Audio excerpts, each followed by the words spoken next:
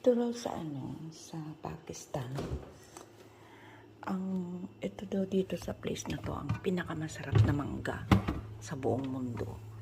So, ito yung mangga. Totoo, ang lalaki ng mangga nila dito, tapos masarap.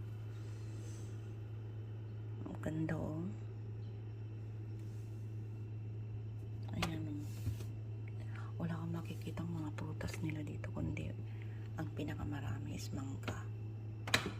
Makain ako mamaya.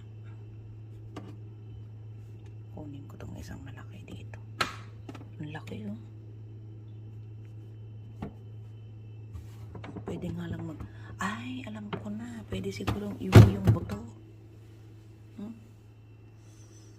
Try kong mag-uwi ng buto.